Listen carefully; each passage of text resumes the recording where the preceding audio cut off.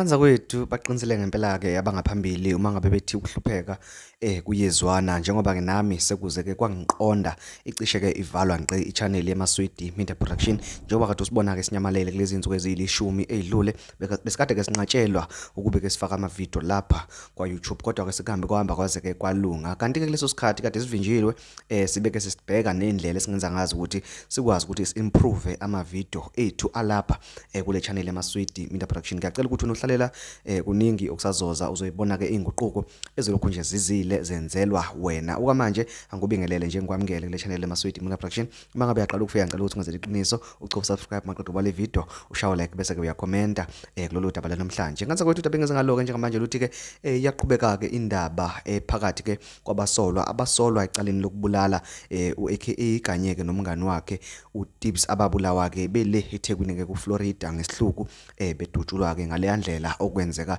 ngayo. Kushuthi ke inkantolo ke igcine ke iphumele nesinqumo ke njengoba ke abasolwa bebelokhu befaka isicelo sebail bese ke inkantolo lokhu ihlehlisa icala ngenxa ukuthi ke kusuke kukhona mhlawumbe ubufakazi obungaphelele mhlawumbe ke ummeli wangapha ethi cha khona ngizafuna ukukuletha ungaqala ukhipha isinqumo nowangapha ethi cha khona ngizafuna ukukuletha ungaqala ukhipha isinqumo enkantolo.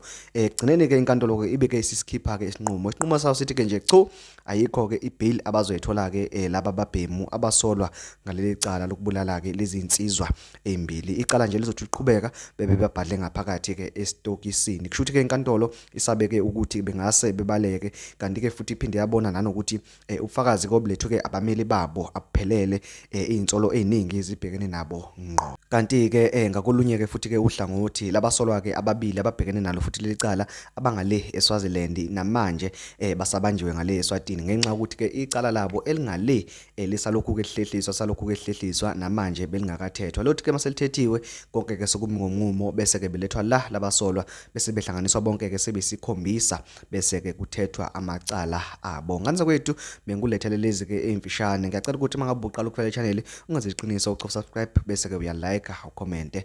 Ngiyabonga.